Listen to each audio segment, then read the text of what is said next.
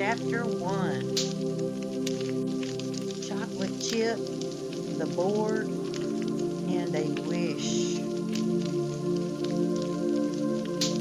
The thing about growing up on Kirby Mountain is when you're a hillbilly, you don't realize you're a hillbilly until everybody else points it out to you.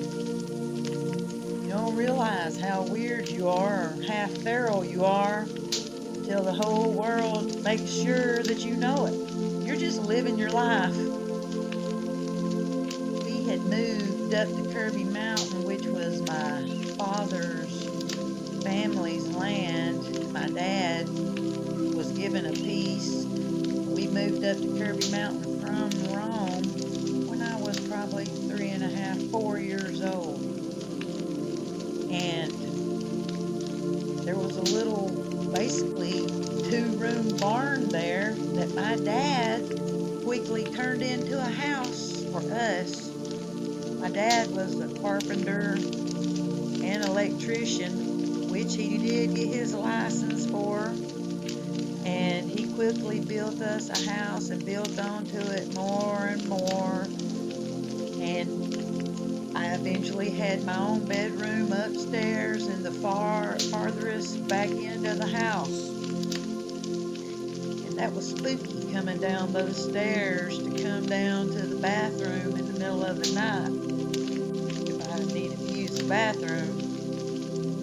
But I basically spent my days playing in the fields and in the yard and going as far as I could push my limits of going, because we weren't supposed to go down past, a driveway here or a corner of the property there. We weren't supposed to go too far. And I was always pushing my limits as far as I could explore.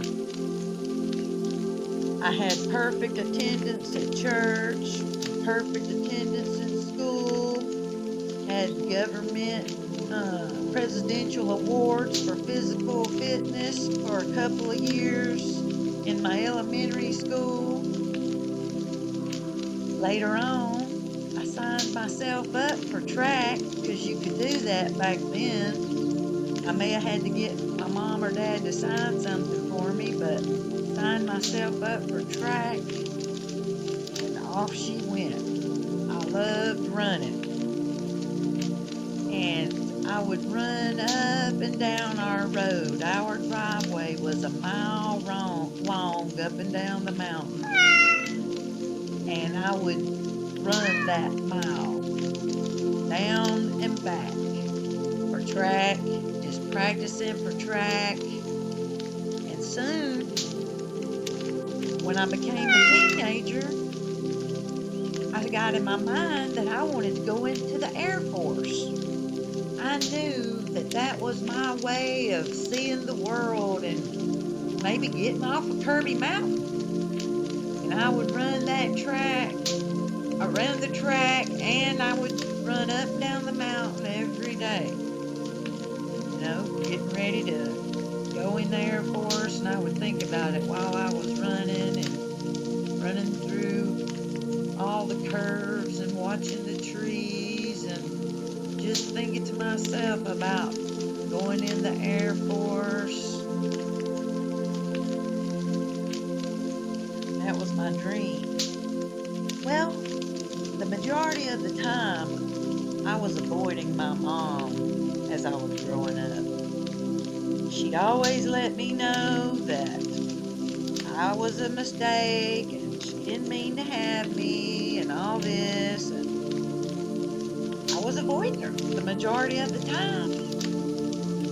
And one time we had got into a bad fight in the laundry room because she thought that I hadn't put the clothes in the dryer, that she wanted me to put the clothes in the dryer, and had been yelling up the stairs because the laundry room was at the bottom of the stairs, at the bottom of my brother's and mine's bedrooms. And after that big fight, I had went to stay with one of her friends that that lived in our Murchie for a little while. Her name was Mary. And she gave me this cat that's in this picture behind me. His name, and I named it Chocolate Chip. And I loved that cat. Really was that cat was the only thing I ever really had. The only good thing that anybody ever gave me specifically. And this chapter is going to be dedicated to Chocolate Chip.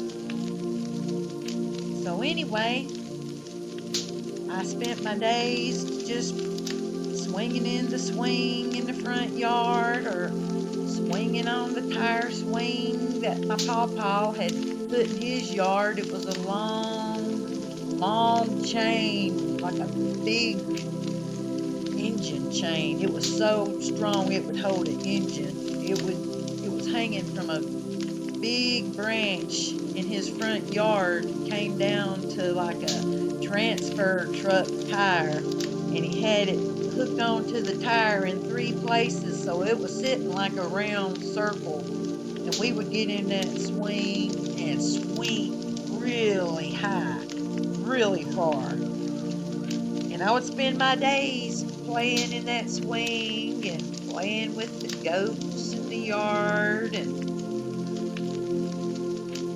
one day I was out in the field, and my papa had a big bull. And I don't know if I had on a red shirt or what it was, but that bull was coming towards me like it was going to chase me, and he was getting mad and started like he was going to chase me. So I got behind a tree, and had my hands on the tree, and I was looking on both sides, watching the bull, because I thought he was going to attack me. And I started yelling, "Help! Help!" Nobody was going to come because I was out in the field near the pond, and there was a little goat feeding house that my pawpaw had built that the goats could go in and eat, but it was too small for the cows to go in and eat the goats' feed. So I thought, well, if I can run into that building, I can get away from this bull. And so I took off running towards that building and got in that building, and he came running after me, and he was sticking his nose in that building, but that was as far as he could get in there because he had big long horns. And I stayed trapped in that building till the bull finally got tired. And I had yelled, nobody could hear me down there. And finally, he started walking off. When I thought he was far enough around the pond, I just took off running back up towards the house. I knew he had forgot about me. Another funny memory I had, which was a good memory, there was a corner of the driveway that we weren't supposed to go past. It was the driveway that led up to my aunt's house.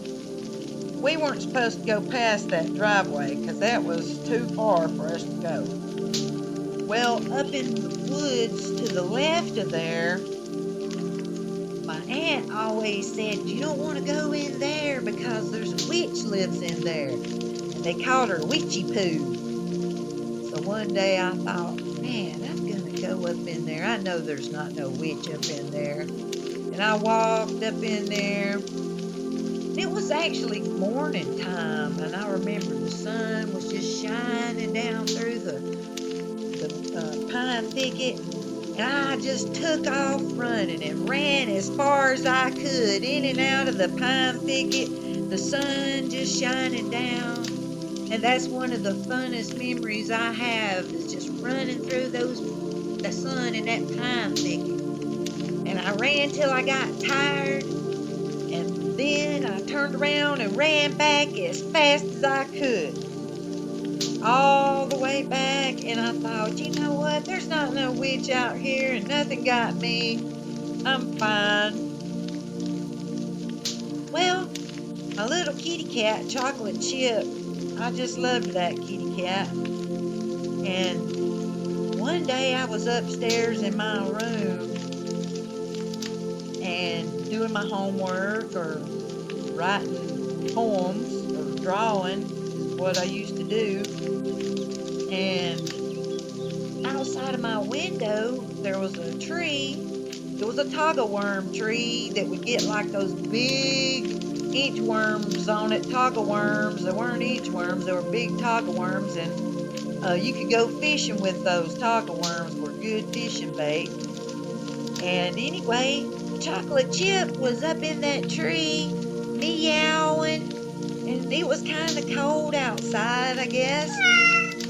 And so I couldn't reach her from my window. And so I went outside and I climbed up in that tree. And I thought, you know what? I'm going to put a board from this tree over to my window so that Chocolate Chip can come in and out of my window whenever he wants to or she wants to. She was a girl cat. And while I was up in the tree, it was a full moon. And I looked up at the moon and I made a wish. And I've always remembered this.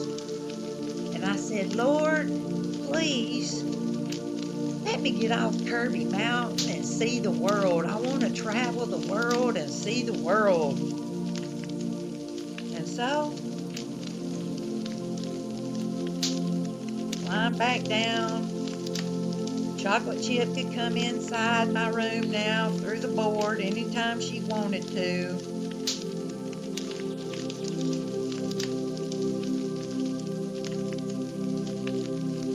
Soon after that, my parents got divorced when I was 15. And when my stepmom moved in, she decided she was allergic to cats. And she made me give away Chocolate Chip. And then, right before my 16th birthday, they decided that I needed to get kicked out of the house. She told my daddy that I was sneaking out of the house in the middle of the night on that board, on Chocolate Chip's board, and that I needed to move out of the house and go move in with with my mama. That Sunday, I was going to turn 16. So for my 16th birthday, I got kicked out of the house because of that board that I had put in the window for Chocolate Chip. Thank you, evil stepmother.